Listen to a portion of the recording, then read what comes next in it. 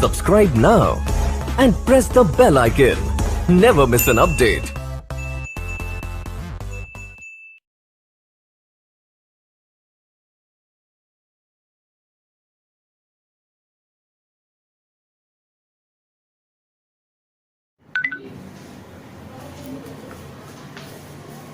प्यारे बच्चों और नाज़रीन, अस्सलाम वालेकुम। आज उर्दू के सेशन में आज हम फिर हाजिर हुए हैं आपके सामने और एक नए सबक के साथ में। सबसे पहले आप मुझे बताइए कि आपने कहीं का सफ़र किया है, यानी कहीं घूमने फिरने के लिए गए अपने घर वालों के साथ में या अपने दोस्तों के साथ में? हाँ, गए होंगे। जैसे पिछले ही सबक में हमने देखा नैनीताल का जिक्र आया था, उत्तराखंड का जिक्र आया था। आप भी कहीं ना कहीं गए होंगे और जिस तरह से आप छोटी मोटी पिकनिक वगैरह जाते हैं, लोनावाला, खंडाला, मसूरी, है ना, ऐसी जगह पर आप जाते हैं घूमने फिरने के लिए।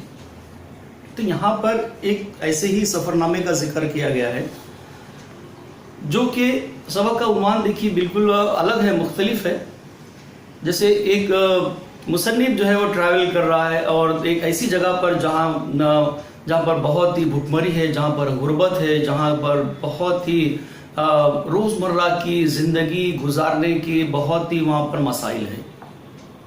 यानी जिस तरह से हमारा देश अंग्रेज़ों का गुलाम था, ठीक एक ऐसा मुल्क के बारे में हम जो पढ़ने जा रहे हैं जिसका नाम साउथ अफ्रीका इसके अंदर दिया हुआ है। वो भी अंग्रेज़ों से जो है पीड़ित मुल्क था वो। तो उस मुल्क के अंदर क्या हालात थे, क्या नहीं है, तो इस सबक को दर्शाने की कोशिश की गई, सबक के अंदर बताने की कोशिश की गई है।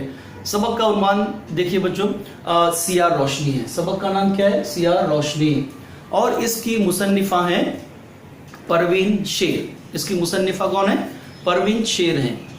सबक हम शुरू करने से पहले प्यारे बच्चों और नाज़रीन, मैं आपसे ये गुजारिश करूँगा कि हमारे चैनल को सब्सक्राइब करें और बेल आइकन के ऊपर बटन दबाएं, बेल आइकन का, ताकि अगला सबक जो है हमारा, जब हमारी वीडियो तैयार होगी तो जल्द से जल्द और सबसे पहले आप तक पहुंच सके। उसके लिए मैं आपका शुक्रिया अदा करता हूं। आइए चलते हैं सबक की तरफ। सियार रोशनी, परवीन शेर।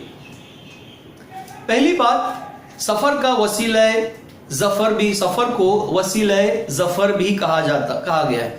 यानी इससे फतेह व कामरानी हासिल होती है। किसको? सफ़र को क्या कहा गया है? वसीला ज़फ़र। जब कोई शख्स अपने माहौल को छोड़कर दिगर मकामात का सफ़र इख्तियार करता है, जिस जगह पर आप रहते हैं और उसी जगह पर रहते हैं, लेकिन आप अपनी रहन सहन की जगह को छोड़कर कुछ दिन के लिए कोई दूसरे मकाम पर जाते हैं, तो वो मुख्तलिफ इलाकों, लोगों और ज़ुबान से वाक़फ़ियत हासिल करता है। वहाँ के लोगों का रहन सहन क्या है, वहाँ के लोग कौन सी ज़ुबान बोलते हैं, वहाँ के लोग कौन सा पेशा इख्तियार किए हुए हैं, इससे हम क्या होती है, हमको आगाही होती है, हमको इसकी मालूमात मिलती है। इसके अलावा वहाँ की आबो हवा, रहन सहन और ज़िंदगी गुजारने के तौर तरीक़े, वहाँ के लोगों की तहज़ीब व तमद्दुन, वहाँ पाया जाने वाला फ़र्क, इन तमाम को देखकर हमारी फ़िक्र व नज़र के अंदर भी कुशादगी पैदा होती है, क्योंकि हमको अपना रहन सहन, अपना माहौल सब कुछ मालूम रहता है।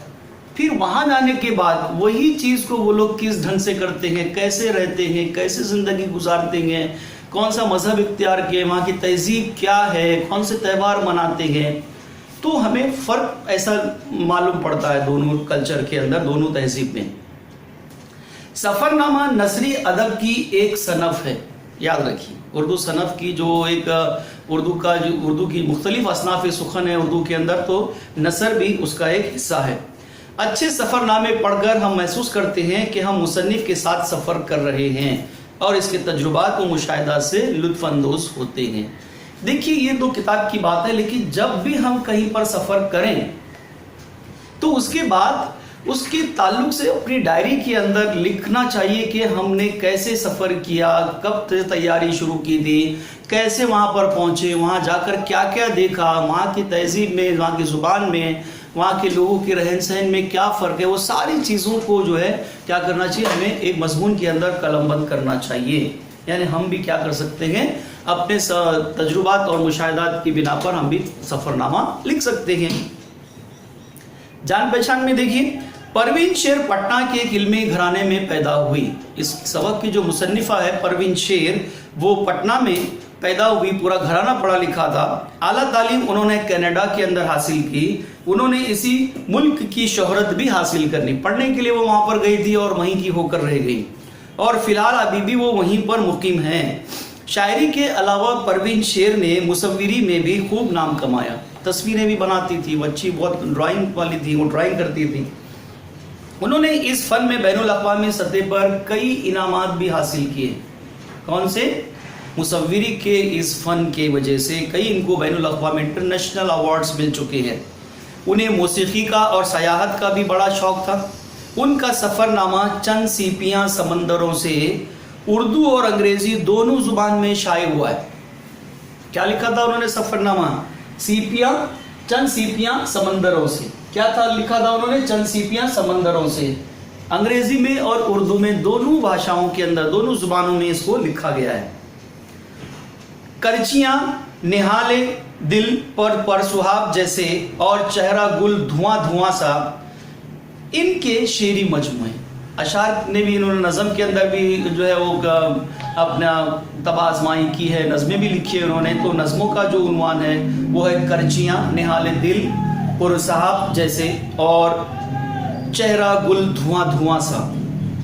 आइए चलते हैं परवीन शेर को हम देखते हैं उन्होंने ये सफ़रनामे में कौन सी चीज़ को बयान किया है। तैयारा अपनी आहिनी परों को फैलाए ज़मीन के सपाट सीने पर आहिस्ता आहिस्ता चल रहा था। तैयारा किसको कहते हैं? जहाज़ को। तैयारा किसको कहते हैं? जहाज़ को कहते हैं। तो तैयारा अपनी आहिनी परों को फैलाए हुए ज़मीन के सपाट सीने पर, यानी कहाँ पर दौड़ता है जहाज़? रनवे पर।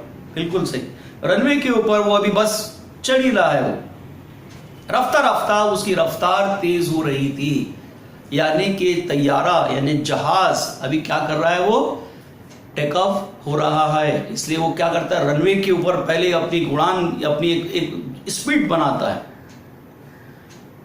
फिर दूर तक फैले हुए रनवे से एक लंबी जस्त लगाकर वो फिजाओं में प्रवास करने लगता है। फिर बहुत तेज रफ्तार जब होती है, आपने देखा होगा, आप तो इतने बड़े शहर में रहते हैं, तो यहाँ तो जहाज को उतरते हुए और टेक ऑफ और होते हुए आप आसानी से देख सकते हैं, रनवे आप देख सकते हैं। तो वहाँ पर बड़ी स्पीड से वो क्या करता है? ज़मीन को छोड़ देता है। तो जिस जगह ये उड़ान भरता है उस जगह का नाम है रनवे।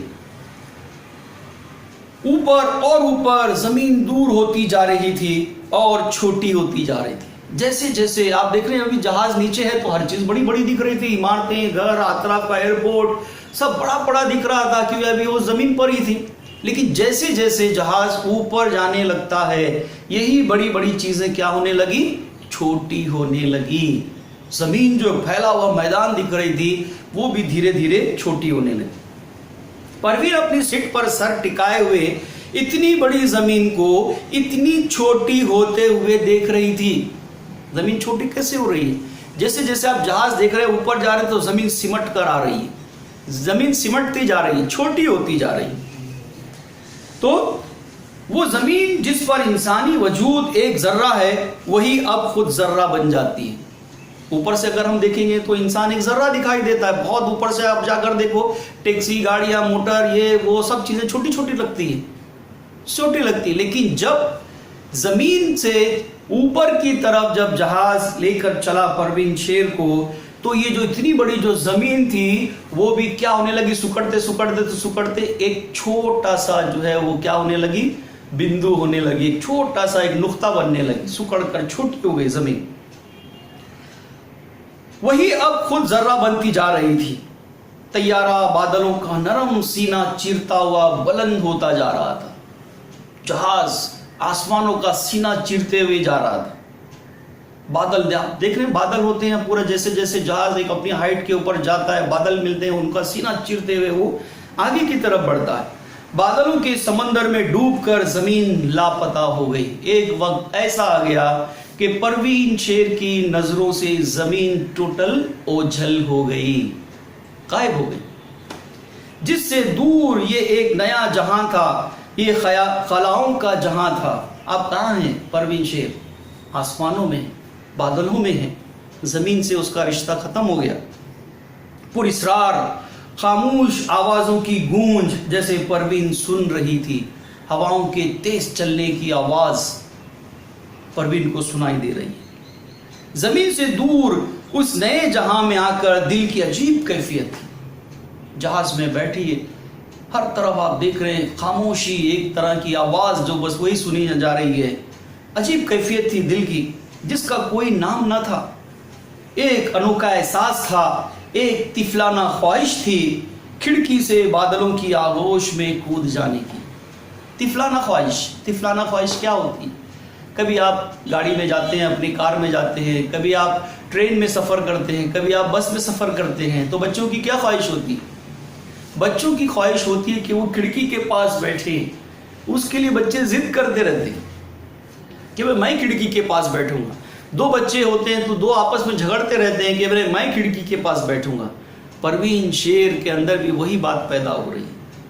परवीन शेर खिड़की के पास बैठी है और ऊपर का मंजर देख रही, तो उसको ऐसा लग रहा है कि क्या खूबसूरत मंजर है, उसको खिड़की खोलकर कूद जाना चाहिए।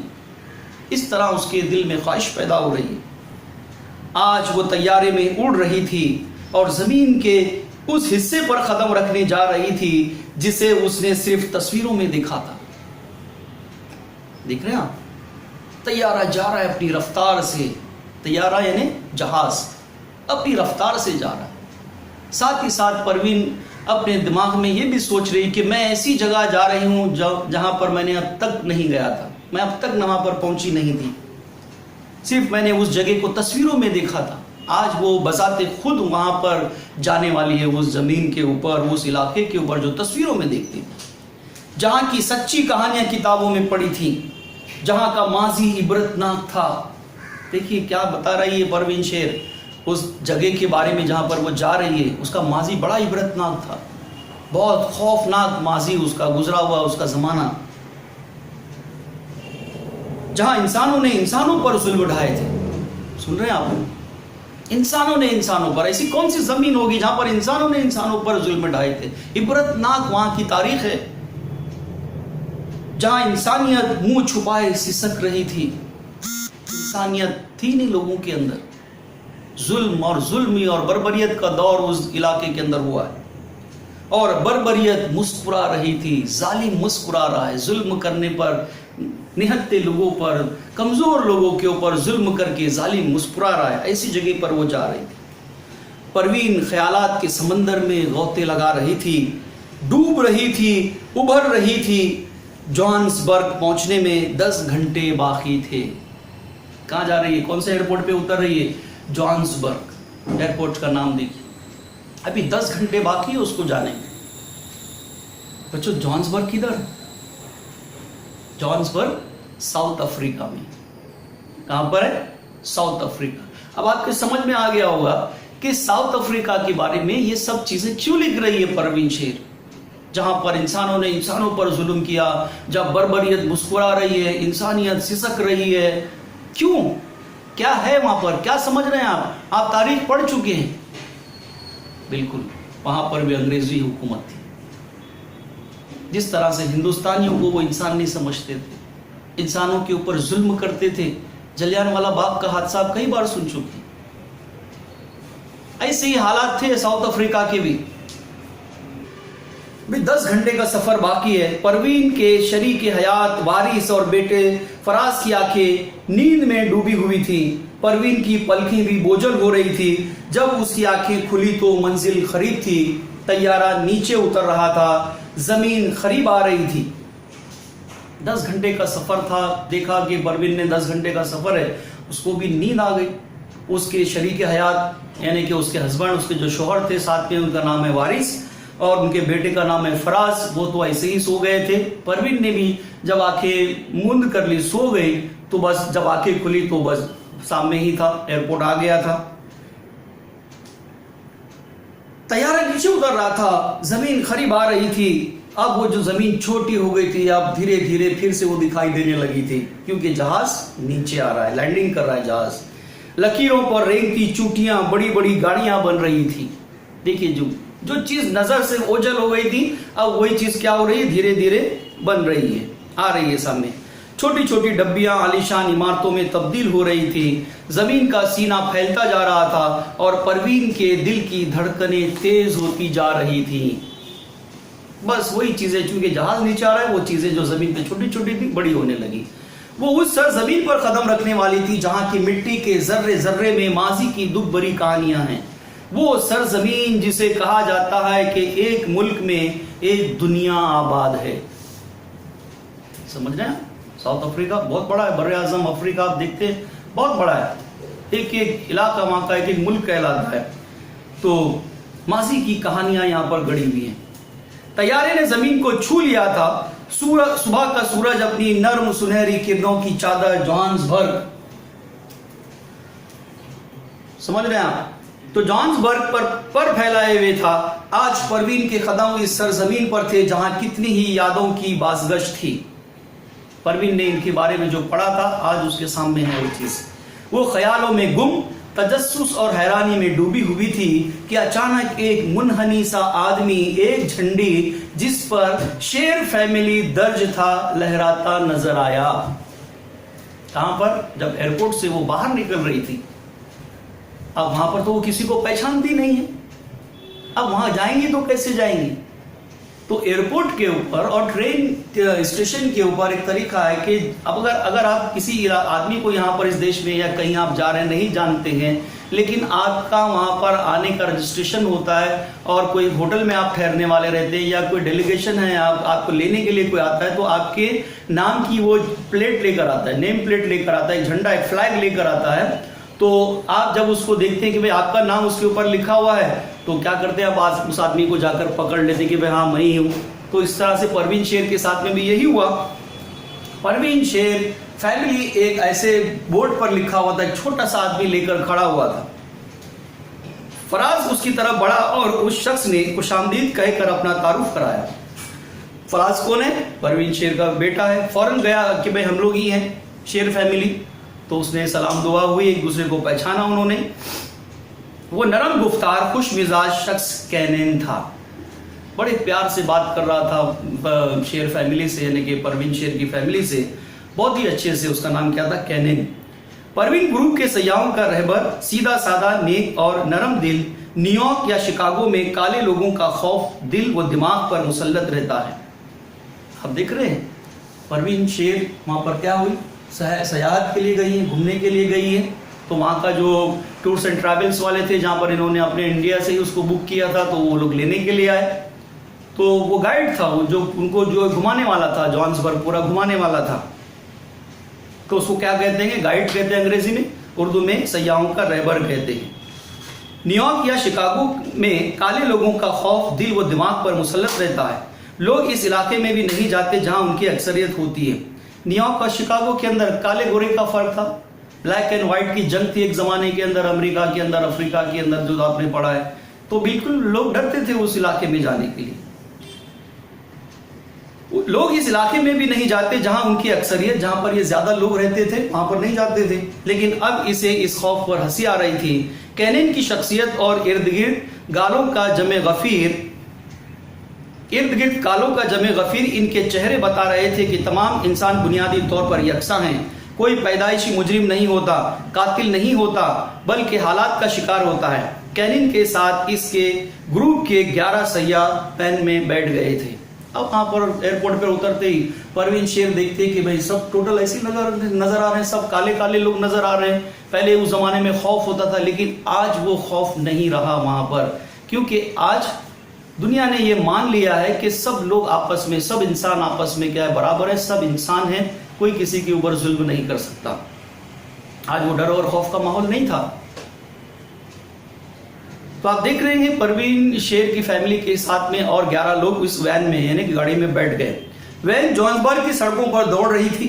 होटल अंड्रोज की तरफ कैनिन हाथ में माइक पकड़कर अगली सीट पर बैठा हुआ था। उसकी आवाज वैन में गूंज रही थी। वो कह रहा था, जोहान्सबर्ग में साउथ अफ्रीका का सबसे पुराना स्कूल है।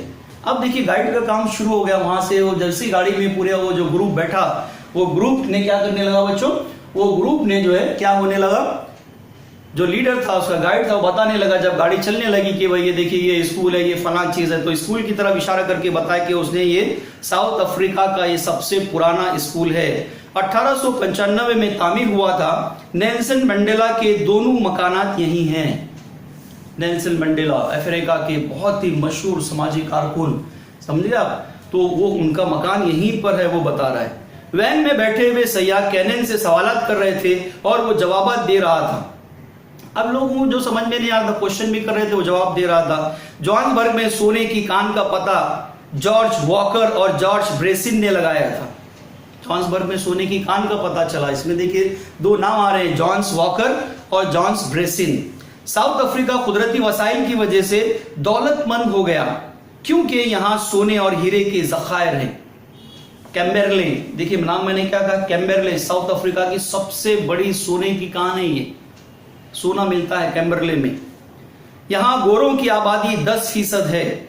यहाँ मौसम सरमा जुलाई से शुरू होता है। कैनन बोलता जा रहा था, गाड़ी चलती जा रही थी।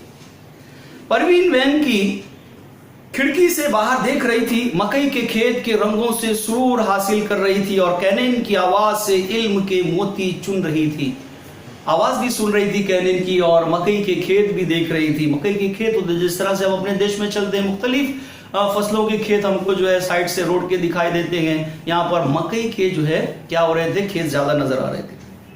स्वीटो सड़कों पर सुबह की नरम धूप अपने सुनहरे परों को फैलाए बैठी थी।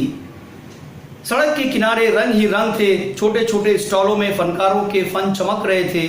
मुजस्समे और क्राफ्ट मुसव्विरी और रंगीन पोशाक। फुटपाथ पर भी चादरों पर तरह तरह की अशिया बराए फरोख्त, जिस तरह से हमारे देश में लगते हैं सड़कों के अतराफ जो छोटे छोटे दुकानें, इस तरह से यहाँ पर लगी हुई थी। लोग मोल तोल कर रहे थे। परवीन इस दुकानदार औरत की बेबसी को देख रही थी जिसे अपनी बका के लिए कीमत कम करनी ही थी। अब वहाँ देख रही परवीन, गाड़ी से देख रही कि एक आदमी कुछ खरीद रहा है, लेकिन वो दुकान की जो मालिक है औरत, वो नहीं मान रही थी कि भाई कीमत बहुत कम बोल रहे हो। ये सब ये मंजर को देख रही थी। वैन का ड्राइवर यूपा था। ड्राइवर का नाम यूपा, याद रखें आप। उसने वैन स्वीटो के एक मफलूकुल हाल इलाके में रोक दी। सब सैया बाहर निकलकर कैनन के पीछे चल रहे थे। गर्दो गुबार में डूबी हुई कच्ची सड़कें, तंग गलियां, बदरंग छोटे छोटे घर, कहीं कहीं गड़ों में जमा हुआ पानी, नंगे पांव बोसीदा कपड़ों में खेलते हुए बच्चे, घर के दरवाजों पर बैठे चाय पीते हुए गपशप में मसरूफ लोग जिन्हें जिंदगी की दौड़ से कोई मतलब न था। कहाँ का मंजर है ये? जोहान्सबर्ग का मंजर है। साउथ अफ्रीका के शहर जोहान्सबर्ग अब अच्छी आबादी को छोड़कर एक स्लम के इलाके में आप देखते हैं, जैसे कि हम मुंबई में रहते हैं, यहाँ बिल्डिंगें भी हैं और छोटे मोटे झोपड़पट्टी के अंदर भी यही हालत है। हमारे देश के अंदर भी जैसे आप माहिम की धारावी वगैरह में जाएंगे तो क्या है वहाँ पर, ऐसे हालात हैं वहाँ पर भी। जैसे आप जो यहाँ पर देख रहे हैं, वहीं गंदी गलियाँ, कच्ची गलियाँ, कचरा, लोग बैठे हुए गपशप कर रहे हैं, उनको कोई लेना देना नहीं है। तो ऐसे हालात परवीन ने इस इलाके के अंदर देखे। नंगे पांव बोसीदा कपड़ों में खेलते हुए बच्चे, घर के दरवाजों पर बैठे चाय पीते हुए गपशप में मसरूफ लोग जिन्हें जिंदगी की दौड़ से कोई मतलब न था। मकानों के सामने तारों की जंग आलूद बाड़ और हर घर पर टीन की छत। यह इलाका जोहान्सबर्ग से 20 मील दूर है। इसे स्वीटो कहते हैं। जगह का नाम देखे, अभी जोहान्सबर्ग का इलाका है लेकिन उसके अंदर नाम दिया है स्वीटो, उस इलाके का जहां पर परवीन शेर ये सब मंजर देख रही हैं। स्वीटो कहते हैं। अपार्थाइड के दौरान कालों को इसी जगह भेज दिया गया था। जब जंगें हुई थी उस जमाने के अंदर तो काले लोग जो थे उनको यहां पर रखा जाता था। स्वीटो का माहौल और कच्चे रास्ते और गलियों से उड़ती हुई गर्द के जर्रे कह रहे थे कि किस तरह वो मुल्क दर्द का गहवारा बना था। गली की धूल परवीन के कदमों से लिपट रही थी और वो सोच रही थी कि सयाहत सिर्फ जमालियाती ज़ौक़ की तस्कीन नहीं है, सिर्फ घूमने फिरने का नाम नहीं है, सिर्फ अपने शौक को पूरा करने का नाम नहीं है। जब हम इस इलाके का जो है दौरा करने के लिए आए तो देख रहे हैं कि लोगों की हालत ज़िंदगी कैसी है, कैसे वो लोग अपनी एक एक दिन अपना वो काट रहे हैं और कैसे मोहताज हैं चीज़ों के लिए। खुरदुरी बदसूरती की आगाही का नाम भी नहीं, कुछ भी नहीं। लोगों के पास अच्छे कपड़े नहीं, अच्छी सड़कें नहीं, अच्छा घर नहीं है। आप देख रहे हैं टीन की छतें हैं और काफ़ी यानी कि गुर्बत यहाँ पर फैली हुई। तो परवीन शेर कहती हैं कि सयाहत का नाम सिर्फ घूमना फिरना या कुदरती मंजर को देखना नहीं है, ये सब चीज़ों को देखना है। सयाहों ने स्वीटों में एक गरीब खानदान के खस्ता हाल 2 कमरों के मकान को भी देखा। अब ये जितने भी 11 लोगों की टीम थी देखने के लिए आई थी, एक बहुत ही गरीब घर को उन्होंने देखा, जिसके दर व दीवार बड़े ही बदहाल थे, जिनका रंग उड़ा हुआ था, कमजोर सुतून पर टीन की छत टिकी हुई थी। वो जो पिलर थे, जो खंबे लगाए गए थे, छत उसके ऊपर वजन ठहरी हुई थी, यानी बहुत ही खस्ता हाल घर था। एक बाथरूम सहन में था जिसे हमसाए भी इस्तेमाल करते थे। हमसाए मतलब अब जैसे परवीन शेर के जैसे लोग घूमने के लिए गए हैं तो कभी उनको अपना बाथरूम इस्तेमाल करना है तो वही बाथरूम उनको दिया जाता था इस्तेमाल करने के लिए। गुर्बत इतनी थी, हालात ऐसे थे, घर ही नहीं कह सकते, जस्ट एक 4 जो है खंबे एक छत को लेकर ठहरे हुए हैं, इसी खस्ता हालत। 2 कमरों के इस घर में 9 अफराद रहते थे। देखिए घर है, 9 लोग रह रहे हैं उसके अंदर। एक छोटे कमरे में बिस्तर और मेज के दरमियान चलने की जगह भी नहीं थी। छोटा सा कमरा था, वहां पर बिस्तर डाल दिया तो चलना फिरना मुश्किल, इतना छोटा घर और 9 लोग रह रहे हैं उसमें। छोटी सी खिड़की से रोशनी भी सहमी हुई सी अंदर आती थी, खिड़की भी बहुत छोटी लगी हुई थी। एक कमरा ज़ईफ बाप का था, उसमें एक बूढ़ा भी था जो उस फैमिली का बाप था। वो नीम रोशन छोटा सा पुराना बिस्तर और छोटी सी रंग उड़ी हुई मेज, बहुत पुरानी मेज, एक टेबल रखी हुई थी, बहुत खराब बिस्तर के ऊपर बूढ़ा सोया हुआ था। इस कमरे के कोने में बोसीदा कुर्सी पर एक 9 उम्र लड़की बैठी हुई कोई रिसाला पढ़ रही थी। छोटी लड़की एक किताब पढ़ रही है, बहुत ही पुरानी कुर्सी पर। इस लड़की के चेहरे पर परवीन ने बेजारी के आसार देख लिए। परवीन तो बहुत होशियार औरत का नाम है, मुसन्निफा। उस लड़की को जब देखती है तो कहती है लड़की कितनी बेजार है अपनी ज़िंदगी से, चेहरे से ही पता चल रहा था। परवीन का दिल उस बेजार लड़की से बहुत सारी बातें करना चाहता था। वो लड़की के करीब चली गई, सवाल किया, क्या तुम यहीं रहती हो? बच्ची के पास दूर से ही देखा। परवीन का दिल चाह गई मैं उससे कुछ पूछूं, गई और पूछने लगी, क्या तुम यहीं रहती हो इसी घर में? उसने बहुत रूखा सा जवाब दिया, यकीनन हाँ, एकदम झटके से। परेशान थी बहुत, हालात ऐसे थे, खाने को रोटी नहीं है, घर का सही ठिकाना नहीं है, क्या करेंगे ऐसे लोग। बहुत ही रूखा सा जवाब दिया उसने, हाँ यही, यकीनन। शायद इस नौजवान लड़की की जो सिर्फ 16 साल की थी, अपने वजूद, अपने ख़ानदान और अपने घर को नुमाइश का सामान बनाए जाने का शिद्दत से एहसास था। बहुत सारे लोग, परवीन शेर से पहले से बहुत सारे लोग आते थे, इनकी ज़िंदगी को देखते थे और चले जाते थे। इसलिए उसको बड़ा गुस्सा था कि लोग हमारी गुर्बत का मजाक उड़ाते हैं, उनको देखने के लिए आते हैं। सयाहों के लिए उनकी खस्ता हाली और उनकी बेबसी एक तफरी बन गई थी।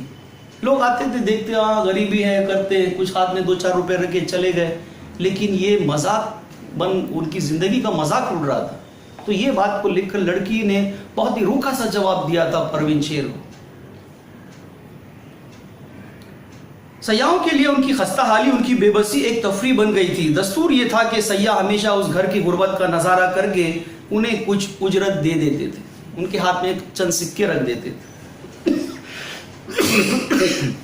कुछ पैसे रख देते थे, जिससे घर के अफराद को खाना नसीब होता था। होता है क्या है, जब हम भी कभी कभी गांव से निकलते हैं तो छोटे छोटे बच्चों के हाथ में कुछ पैसे रख कर आते हैं, तो यहाँ पर भी ऐसे ही होता था। तो लोग वो बच्चों से पैसे लेकर अपने खाने पीने की चीज़ें खरीदते थे। तमाम सयाह बेनियाजी से उस घर के रहने वालों की कठिन जिंदगी को तफरीही नज़रों से देखकर बाहर निकल गए थे। कुछ पैसे देकर जो एक रस्म थी, मगर जिंदगी के ये तजाद परवीन के लिए मुअम्मा थे। मगर परवीन की जहन पर इसका बहुत बुरा असर पड़ा, क्योंकि परवीन आप देख रहे हैं अपनी पूरी फैमिली को लेकर साउथ अफ्रीका घूमने फिरने के लिए आई हुई। घूमता फिरता कौन है? जिसके घर में खाना पीना कपड़े लत्ते सब कुछ है, हशा बशा जिंदगी कर रहे हैं, और एक्स्ट्रा जो है वो एक लग्जरी लाइफ है और घूमने के लिए निकले बाहर। यहाँ पर तो खाने की क्या, रोजाना की रोजमर्रा की जिंदगी गुजारने के वादे थे इस घर के अंदर। तो ये मंजर दूसरों के लिए तो कोई मायने नहीं रखा, लेकिन परवीन शेर के दिल पर इसका गहरा असर पड़ा।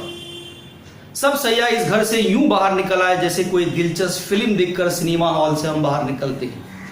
नंगे पांव और फटे पुराने कपड़ों में मासूम बच्चे भी सयाहों के पीछे पीछे चल रहे थे। दूसरे भी बच्चे भागने लगे इनके पास, इनके पीछे भागने लगे। क्यों भाग रहे थे आपको पता है? शायद उनके लिए ये लोग अजूबा थे। एक बच्चा तकरीबन 7 साल का फराज के करीब आ गया और उसने बिला झिझक फराज से बातें शुरू कर दी। फराज से बातें करने लगा। फराज कौन? परवीन शेर का बेटा।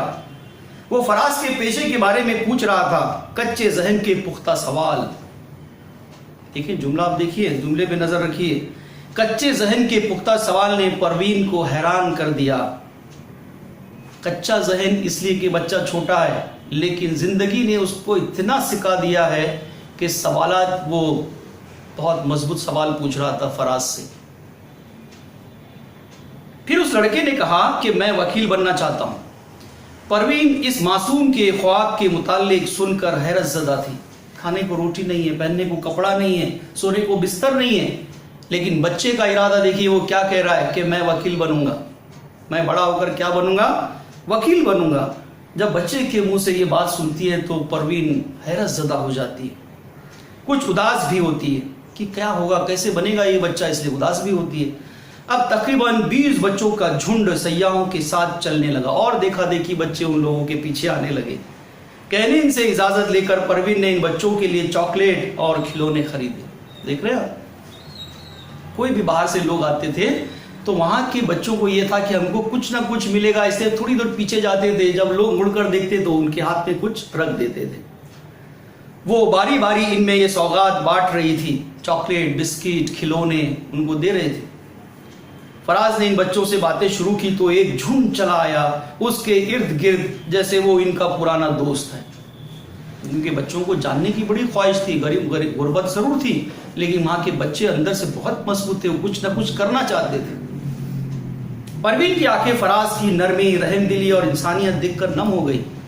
उसको नहीं मालूम था कि उसका बेटा भी इतना इंसानियत पसंद है, इंसानों से मोहब्बत करने वाला है। वो पूरे बच्चों के साथ में जब इतना प्यार मोहब्बत से बात करता है तो बड़ी खुशी हो जाती है माँ को कि मेरा बेटा भी कितना अच्छा है, इनसे कितनी मोहब्बत करता है, कितनी अच्छी बातें इनको बता रहा है। फराज भी बच्चों को खिलौने और बिस्किट खरीद कर दे रहा था। वो उनका हीरो बन गया था। वारिस अपने बेटे को फख्र के साथ देख रहे थे। वहाँ पर उसके जो वालिद थे फराज, वो भी अपने बेटे को देखने लगे कि हमारा बेटा, परवीन उधर देख रही है खुश हो रही है, यहाँ पर फराज देख रहे हैं वो खुश हो रहे हैं कि हमारा बच्चा दूसरे बच्चों की कितने काम आ रहा है, उनको कितनी चीज़ें दिला रहा है। वो उनका हीरो बन गया।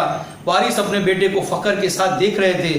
परवीन के लबों पर मुस्कुराहट थी और वो उसकी पलकें भीगी हुई थी।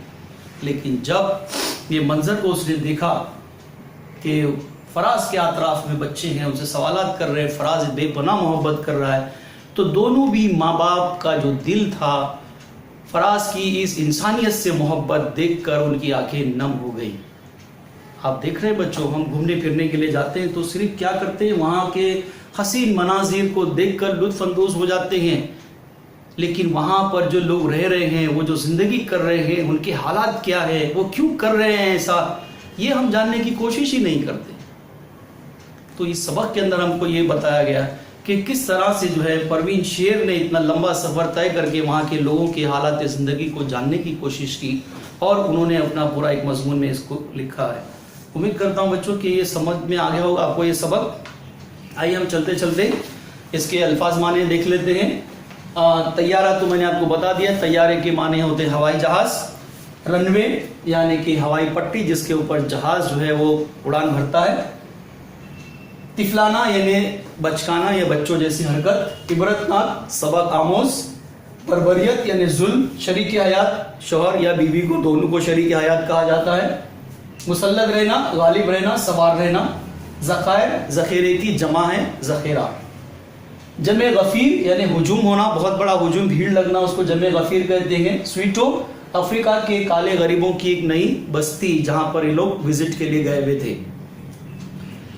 अपार्थाइड यानी नस्ली भेदभाव, जो नस्ल का भेदभाव, काले गोरे का, ऊंच नीच का, अमीर गरीब का, ब्राह्मण शूद्र का जो भेदभाव है उसको कहते हैं अंग्रेजी में अपार्थाइड। मफलूकुल हाल यानी निहायत बहुत ही गरीब हाल को कहते हैं मफलूकुल हाल। खस्ता उसका भी मतलब वही होता है, टूटा फूटा गरीब हाल। और तजाद यानी तजाद की जमा यानी उलट जिद को कहते हैं। तो प्यारे बच्चों, ये सबक आपको अच्छी तरह से समझ में आ ही गया होगा। और जो है, जब भी आप कहीं पर भी आप सफ़र के लिए जाएं तो ज़रूर उसको अपनी कॉपी में कलम बंद करें कि मेरा सफ़र या सफ़रनामा, उसको उन्वान दें और वहाँ के तमाम हालात इस सबक को पढ़ने के बाद में आप क्या करेंगे, उसको इसके मुताबिक जो है उसको लिखेंगे। तो आपको एक कहानी, एक मज़मून जो है अच्छी तरह से रेडी होगा। तो काफ़ी मालूमात हमको मिली साउथ अफ्रीका के ताल्लुक से। अस्सलाम वालेकुम।